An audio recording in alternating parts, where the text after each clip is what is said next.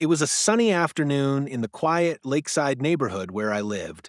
The community was peaceful, and most residents followed the unspoken rules of suburban life: respect your neighbors, keep your lawn tidy, and don't stir up trouble.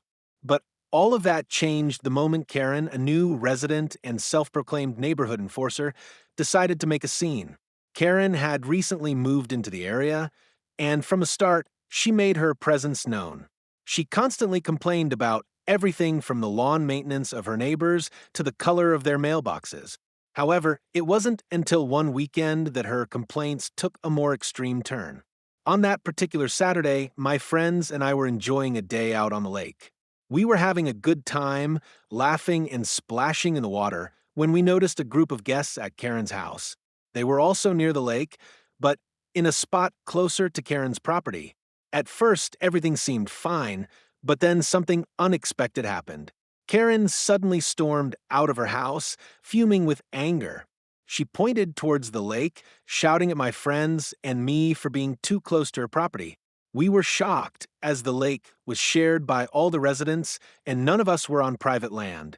Despite the calm of the water and the peaceful nature of the day, Karen's attitude shifted quickly. She demanded that we leave the area immediately or she'd call the cops. I was taken aback. I had never experienced an issue like this before.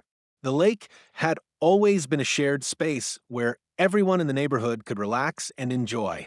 But Karen seemed to have other ideas. She marched to the edge of her yard, gesturing wildly, and made it clear that she wouldn't tolerate anyone near her territory. My friends and I tried to remain calm, explaining that the lake was a public space and we had every right to be there. But Karen's voice grew louder. She wasn't listening. Instead, she started shouting things like, "This is my property, and I won't let anyone disrespect me like this." Her words grew increasingly hostile, and the situation seemed to be spiraling out of control. Before we could say anything else, Karen whipped out her phone and dialed 911.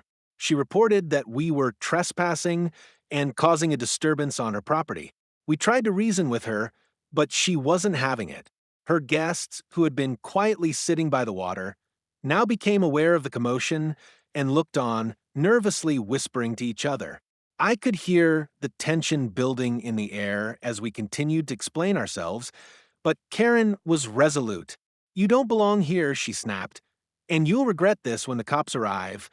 As Karen continued her tirade, we stood there, unsure of how to proceed. The situation was tense, and the looming threat of the police made it even more uncomfortable. We didn't want to escalate things any further, but it was hard to stay calm when someone was accusing us of something so absurd. Minutes later, the sound of sirens filled the air. The cops had arrived, and I felt a sense of dread wash over me. What would they say? Would they side with Karen, who was so certain that she owned the lake? Or would they understand that we were simply enjoying the public space? Karen greeted the officers with exaggerated gestures and immediately began telling them her version of the story. She claimed that we had been swimming too close to her property, that we were disruptive, and that we refused to leave when asked. As she spoke, the officers listened carefully, but they didn't seem convinced by her aggressive tone. One officer, a calm and experienced man, turned to us and asked what had happened from our side. We explained that we weren't on her property, that we were just enjoying the lake, as any other resident would. We showed him the layout of the neighborhood, which clearly marked the lake as a public area.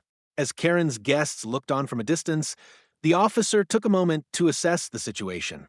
It became clear that the argument had no legal basis. Karen's demands were unreasonable, and we hadn't broken any rules. The officer began to speak calmly to Karen, explaining that there was no legal ground for her claims. He told her that the lake was indeed a public space shared by all the residents in the neighborhood. For a moment, Karen stood frozen, her mouth agape. The realization seemed to hit her all at once. Karen tried to protest, but the officer remained firm. "You can't claim ownership of the lake just because it's near your property.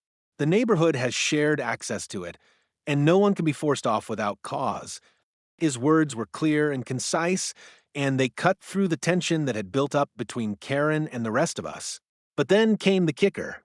The officer, who was clearly growing tired of Karen's attitude, asked, "Karen, do you happen to know who actually owns the lake?" Karen looked confused.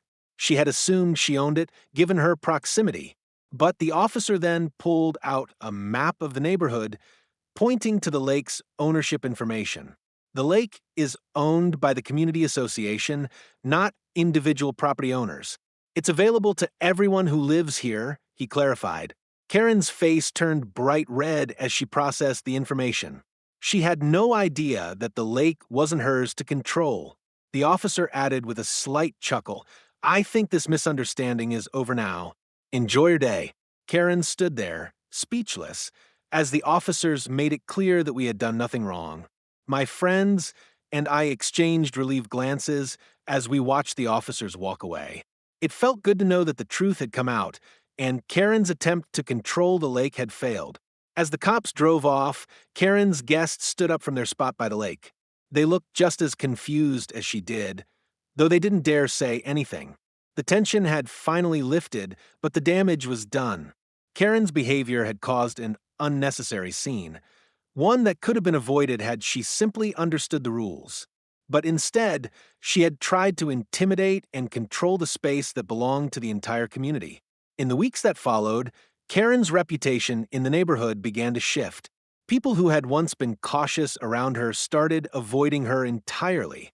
Her overbearing attitude had backfired, and it was clear that she couldn't push people around without consequence. As for me, I was just glad that the truth had prevailed. The lake remained a place for all of us to enjoy, and I was relieved that Karen's attempt to claim ownership had been exposed. In the end, the community came together, stronger than ever, knowing that no one could control what belonged to all of us.